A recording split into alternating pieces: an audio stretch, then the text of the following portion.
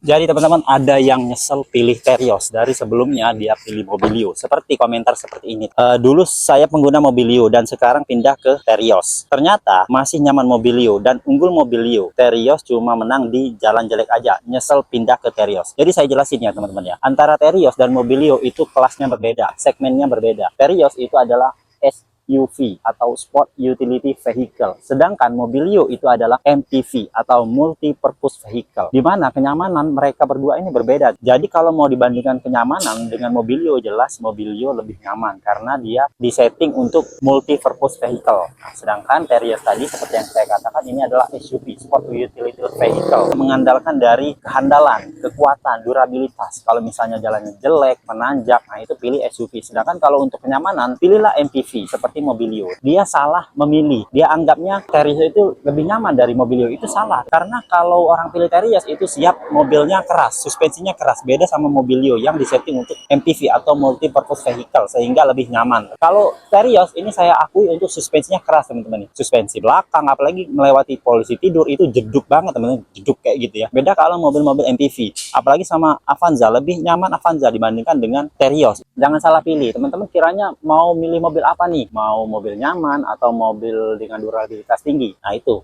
jangan salah pilih. Terus yang kedua nih, ada lagi yang komentar. Buat kalian yang punya dana pertimbangan lagi beli Terios, kalau ditanya keunggulan ya cuma menang RWD itu aja. Kalau minusnya banyak banget, apalagi kualitas plastik interiornya buruk banget. Kita spill untuk kualitas plastiknya teman-teman ya. Kualitas plastik atau interiornya ini. Ini interior dari Terios. Kalau dibilang buruk banget, saya rasa ini nggak terlalu teman-teman ya, karena sudah ada panel soft touch dan juga ada panel silver seperti ini yang menambah kesan mewah. Terus juga ada panel black glossy di sini, pinggirannya ada aksen berwarna silver. Dibilangin jelek banget, kalau menurut saya kurang pas teman-teman ya. Ini kembali lagi ke selera masing-masing. Bisa dilihat nih, plastik-plastik dari dashboardnya ini juga sudah dilengkapi dengan panel black glossy, AC digital. Terus di bawah sini ada juga panel silver yang menutupi atau cover dari transmisi. Selain itu, door trimnya juga dilapisi dengan panel soft touch yang ada stitch atau jahitan berwarna merah dan juga di sini ada bahan kain teman-teman. Nah ini emang ini jahitannya jahitan palsu ya teman-teman ya, tapi ini menambah kesan lah ya, kesan dimana mobil ini nggak biasa aja. Mobil yang 200 sampai 300 jutaan is oke lah, masih bisa kita terima. Nah selanjutnya teman-teman ada yang bilang nih, fitur auto start stop engine adalah fitur yang sudah ada di mobil saya dulu Mazda CX-5 tahun 2015. Fitur ini sebenarnya sudah jadul. Kalau aktif terus menghemat bensinnya sekitar 2 literan dari konsumsi standar, tapi membuat aki mobil tidak bertahan lama, nggak sampai 1,5 tahun, dan akinya khusus yang bisa auto start stop seperti yang ada di BMW dan Mercedes tahun-tahun segitu. Harga akinya 7-8 jutaan. Jadi ngirit bensin untuk nabung bayarin harga akinya. Memang benar teman-teman ya, untuk aki dari mobil yang sudah ada fitur auto start stop engine dengan aki mobil yang belum ada fitur auto start stop engine itu berbeda. Jangan salah beli. Misal nih, mobilnya sama, sesama Terios, tapi Terios tipe R Custom ini sudah auto start stop engine. Terus juga ada yang mobil yang Terios juga yang belum ada fitur auto start stop engine, itu akinya beda. Fitur auto start stop engine-nya itu harus didukung dengan aki yang sudah support juga auto start stop engine. Fitur ini emang kalau menurut saya emang nggak disaranin lah ya kalau untuk dinyalain, karena kalau menurut kami nggak terlalu menghemat bensin banget, karena kita udah coba terus misalnya pas waktu di macet dia otomatis mendadak berhenti kayak gitu kan, terus juga kita lepas aktif lagi, tapi menurut kami itu agak sedikit mengganggu teman-teman ya. Jadi kami lebih sering mematikan fitur ini. Nah pada video saya sebelumnya juga menjelaskan fitur-fitur yang tidak berguna pada Terios dan juga ada fitur yang sangat berguna pada Terios. Tapi ada yang komentar talang airnya yang tidak berguna nih, seperti Om ini nih, Erik. Satu lagi Om yang paling nggak berguna itu talang air di pilar C. Fungsinya buat apa? Di Indonesia cuma Terios kayaknya talang air sampai ke pilar C. Jadi kita tunjukin dulu ya, kita spill dulu. Nih lihat ya. Ini talang airnya sampai ke belakang. Tapi teman-teman tahu nggak? Sebenarnya teman-teman ada fungsinya teman-teman ya untuk talang air sampai ke pilar C ini. Yang pertama itu adalah untuk melindungi. Ini kan ada karet nih. Nih, ini ada karet. Nah, ini salah satu fungsi dari talang air baris ketiga di Terios. Dia ini ada karet di sela-sela kacanya, ini ada karet pelindung ya, pelindung, dan juga di pinggirannya lah ya, frame dari Terios. Jadi ini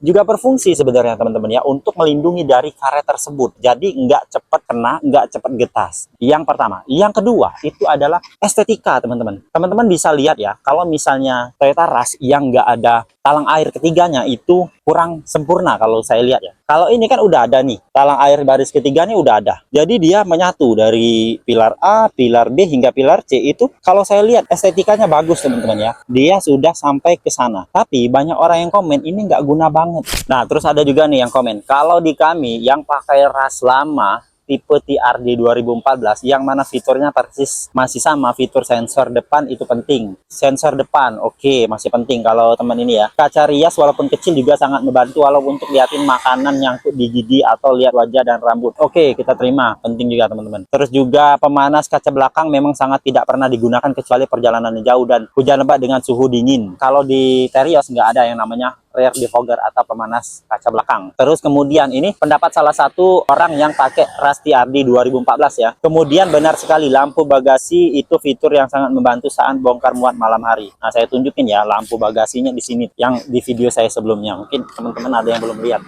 Nih lampu bagasinya ada di sini. Nah, ini lampu bagasi.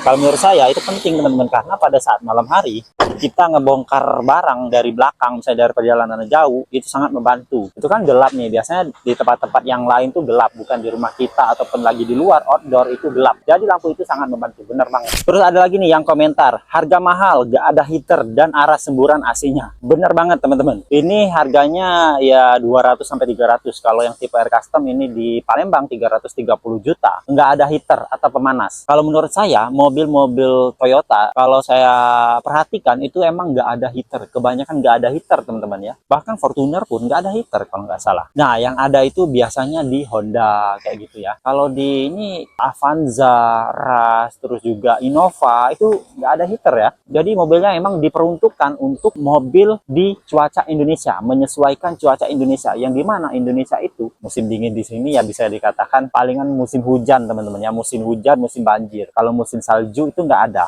Emang benar mobil ini diperuntukkan di Indonesia nggak ada heater. Mungkin itu tujuannya teman-teman ya, karena di Indonesia itu nggak ada musim dingin, nggak ada musim salju. Jadi memasukkan fitur heater di sini nggak terlalu penting. Heater itu sebenarnya kayak di mobil Ford kemarin itu ada heater, ada mobil apa ya, mobil saya dulu pernah pegang mobil ada heater ya, heater, tapi itu bermasalah juga ujung-ujungnya. Nah, terus ada yang komen nih, model ketinggalan. Nah, modelnya ketinggalan boleh dilihat teman-teman ya. Kalau model ketinggalan ini sesuai lagi selera teman-teman ya, model ketinggalan. Mobilnya SUV, 7-seater, 3 baris, ground clearance tinggi, tambahan sedikit body kit dan sebagainya, velgnya dual tone ya. Ibaratkan ya mobil ini mirip-mirip dengan Fortuner bisa juga teman-teman ya. Karena kan ini kan 3 baris nih, 3 baris, 7-seater, modelnya jangkung kayak gini. Ya kalau menurut kita ini masih lebih oke lah ya. Kalau misalnya modelnya ketinggalan ya mobilnya juga masih laku banget nih. Nah, terus ada yang komen nih, kalau Rush GR Sport belum pakai kamera 360, belum ada kamera depan dan belum ada wireless charging. Kelebihannya cuma head unit aja